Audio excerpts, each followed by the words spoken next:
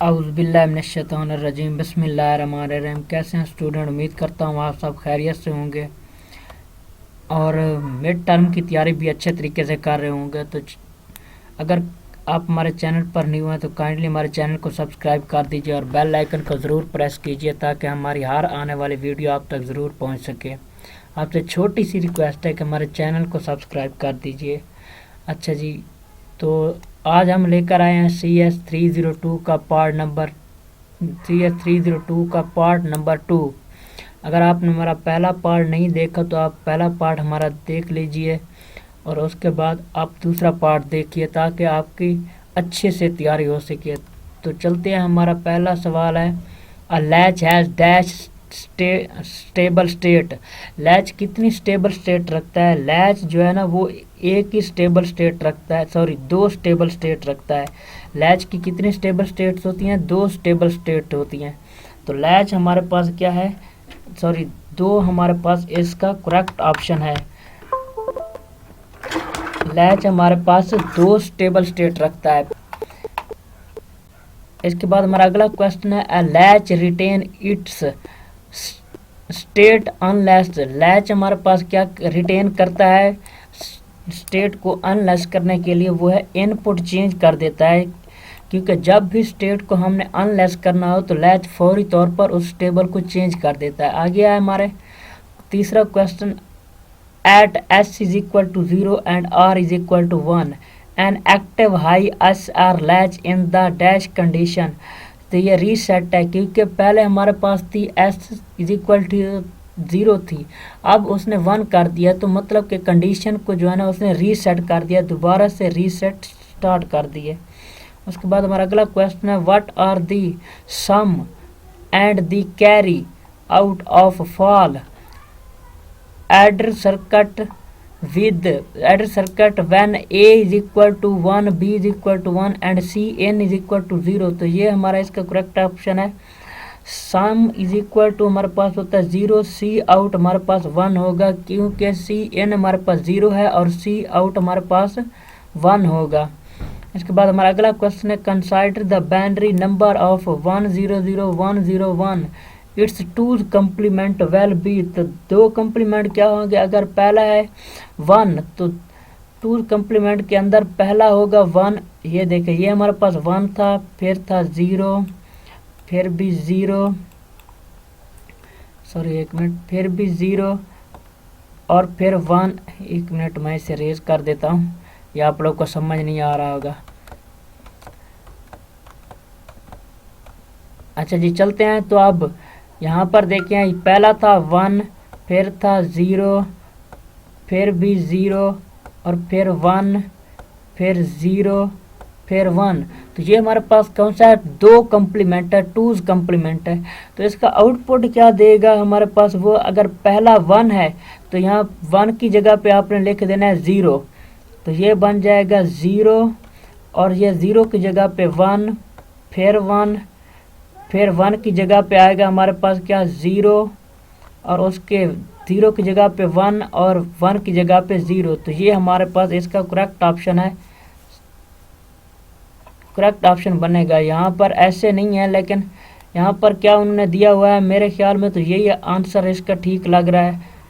तो ये आंसर है तो नहीं, लेकिन देख लें कौन सा, मुझे तो यही ठीक लग रहा है। अच्छा, उसके बाद हमारा अगला क्वेश्चन है, the value that execute the specific range can not be correctly. Value हमारे पास क्या होगी? स्पेसिफिक है, जो कि करेक्टली चेंज नहीं होगी, रिपीटेड नहीं होगी, एंड आर कंसाइडर इस, और उसको समझा जाता है क्या? ओवरफ्लो समझा जाता है, क्योंकि जो वैल्यू रिपीटेड ना हो और वो चेंज ना हो तो उसको क्या करते हैं? ओवरफ्लो समझा जाता है। इसके बाद हमारा अगला क्वेश्चन है, according to De Morgan's theorem के मुताबिक डिमॉर्गन थ्योरम हमारे पास क्या करता है? अगर ये पहले a प्लस बी प्लस सी तीनों के ऊपर बार है 1, तो आगे हमारे पास क्या होगा? a के ऊपर अलग से बार होगा और इधर प्लस हो रहा है तो ये डॉट लगेगा इधर। फिर है हमारे पास b और b के फिर से अलग बार होगा, फिर dot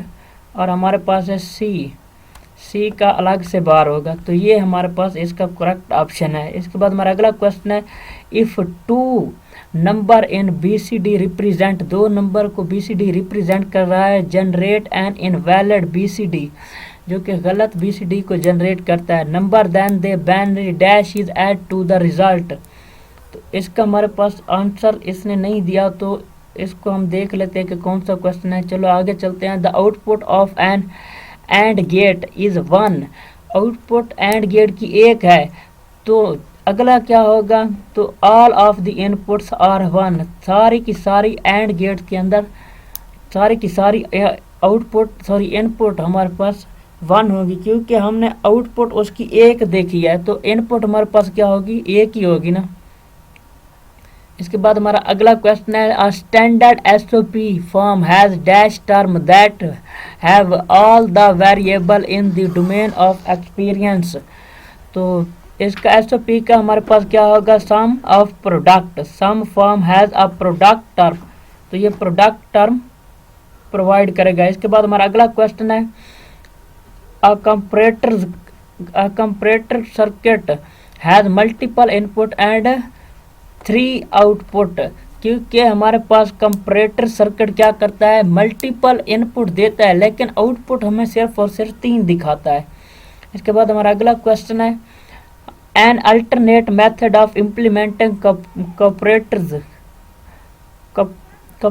which allow the comparator can be easily, हमारे पास अल्टरनेट मेथड है कंपैरेटर का, जो कि हमें इजाज़त देता है कंपैरेटर को इजीली एक्सेस करने के without the need of extra logical gate is. तो ये क्या करता है, एक्स्ट्रा लॉजिकल गेट को एक्सेस करने के लिए हमें अलाउ करता है, लेकिन उसका क्या काम है कि using alternate circuit based comparators, तो यूज क्या करता है, अल्टरनेट बेस्ड कंपैरेटर को यूज करता है। इसके बाद हमारा अगला क्वेश्चन है, the active high and active low input of 3 to 8 decoder are as following. वो यहाँ पर कह रहा है कि अगर हमारे पास हाई एक्टिव जो हाई है वो एक्टिव लो हो, तो 3 से 8 हो, तो डिकोडर क्या समझा जाता है, 1 active high and remaining 2 are active low is the correct option. अगला क्वेश्चन हमारे पास, OLMC consist of a dash. OLMC हमारे पास किस चीज़ के ऊपर मुश्तमिल होती है, वो होती है फ्लिप फ्लॉप के ऊपर। OLMC हमारे पास फ्लिप फ्लॉप के ऊपर मुश्तमिल होती है। इसके बाद हमारा अगला क्वेश्चन है, the quad multiplexer has dash input, quad हमारे पास मल्टीप्लेक्सर किसकी होती है, 16 की होती है। इसके बाद हमारा अगला क्वेश्चन है, the carry propagation can be expressed as, carry expression को किस तरह से एक्सप्रेस किया जाता है, तो ये हमारे पास इसका आंसर लगा हुआ नहीं है, लेकिन कैरी एक्सप्रेस हमारे पास क्या होता है, उसके अंदर में भी तकरीबन ए ऑप्शन ठीक है। इसके बाद हमारा अगला क्वेश्चन है, in the binary number 11001111 the first bit at the right of decimal point has the weight of, तो फर्स्ट पॉइंट हमारे पास डेसिमल वेट क्या होगा, डेसिमल के अंदर हमारे पास होता है 1/2 इज द बेस्ट ऑप्शन। इसके बाद हमारा अगला क्वेश्चन है, इसके अंदर वहाँ पर ये कह रहा है कॉर्नर मैप्स के अंदर जो हमारे लॉजिकल ग्रुपिंग है उसके लिए क्या होगा, तो वो लॉजिकल ग्रुप हमारे पास सी है, डायग्राम आधी दिखाई हुई है, इसलिए इसका कुछ पता नहीं चल रहा। आगे चलते हैं, in the CMOS 5 volt series input volt for logical high signal VIH is the range of dash volt, तो लॉजिकल सिग्नल हमारे पास CMOS के अंदर 3.5 से लेकर वोल्ट हमारे पास हाई जो होगी वो होगी 5 तक। इसके बाद हमारा अगला क्वेश्चन है, प्रोग्राम एबल अरे logical PAL has dash input and dash output, multiple input भी देगा और मल्टीपल आउटपुट भी दिखाएगा। अच्छा, अगला क्वेश्चन है, an equivalent ABEL notation of Boolean expression A plus B is, Boolean expression हमारे पास क्या होगा, वो A प्लस B हमारे पास क्या होगा, A#B होगा। इसके बाद हमारा अगला क्वेश्चन है, यहाँ पर वो कहता है सर्किट को समझे और कैरी आउट एक्सप्रेशन करें। सम में हमारे पास plus B plus C, C is equal to A plus B, और आगे फिर है ब्रैकेट के बाहर ए प्लस बी। तो ये फुल एडर हमारे पास क्या होगा, सर्किट है। इसके बाद हमारा अगला क्वेश्चन है, यहाँ पर कहता है from the truth table below declare the standard SOP expression. Standard SOP expression क्या है, इनपुट हमारे पास ए बी सी है और आउटपुट हमारे पास एक्स है।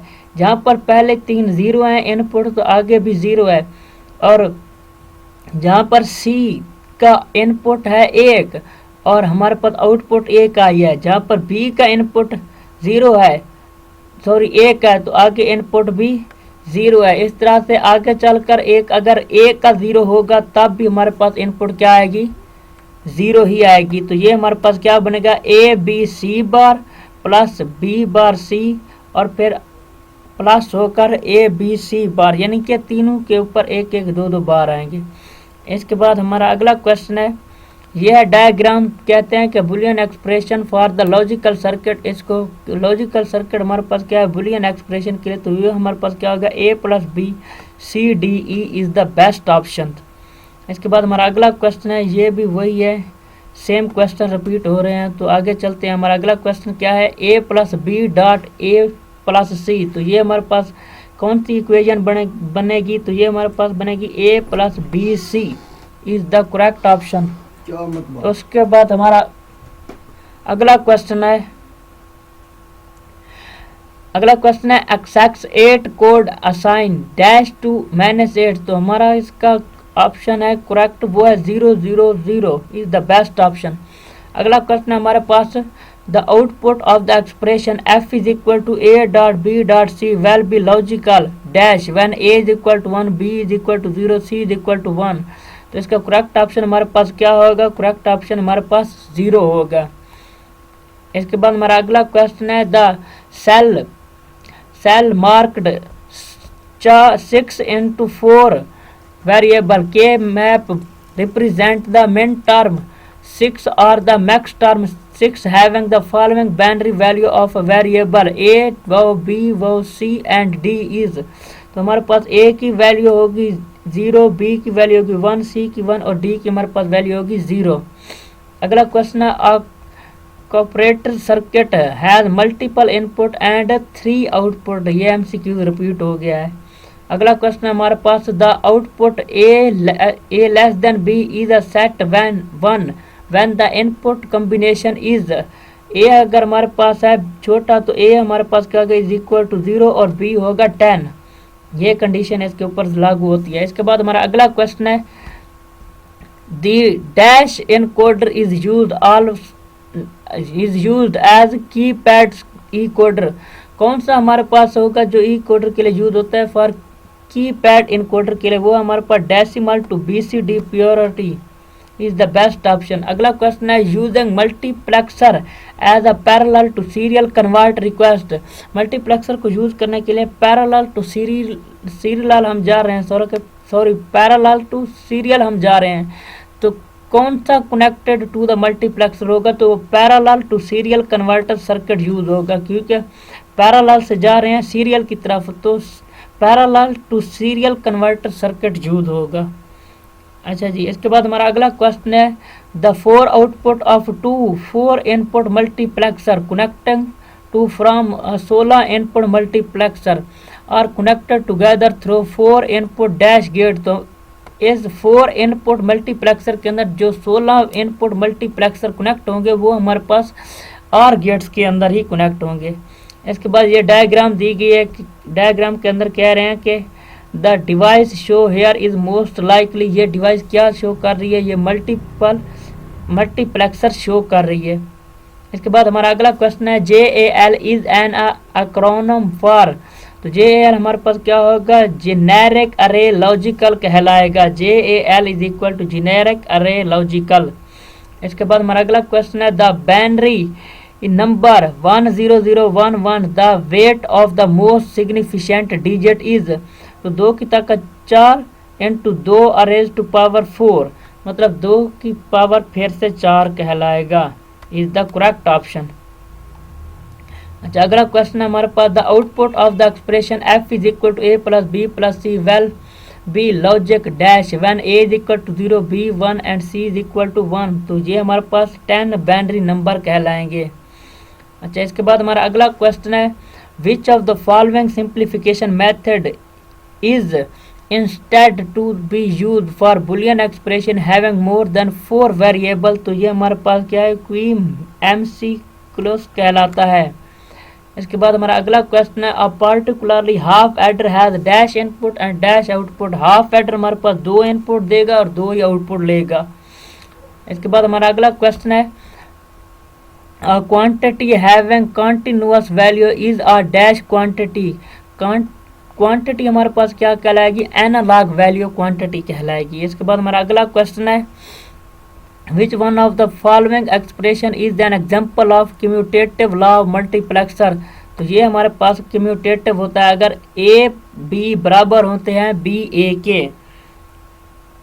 अच्छा, इसके बाद हमारा अगला क्वेश्चन है when 4 ones are taken as a group on a corner maps the number of variable eliminate from the output expression is are. Number of eliminate Karnaugh maps के अंदर होते हैं 4, तो 4 इज द बेस्ट ऑप्शन। अच्छा, अगला question है हमारे पास identify the boolean expression that is standard POS form. Standard POS form के अंदर क्या है, A plus B bar into A bar plus B plus C bar is the correct option. अगला क्वेश्चन हमारा आखिरी क्वेश्चन है, इसके साथ हमारा लेक्चर खत्म हो जाएगा। अच्छा, simplification POS product of some. तो expression require the grouping of dash. Expression किसको रिक्वायर करेगी, ग्रुपिंग ऑफ जीरोज को।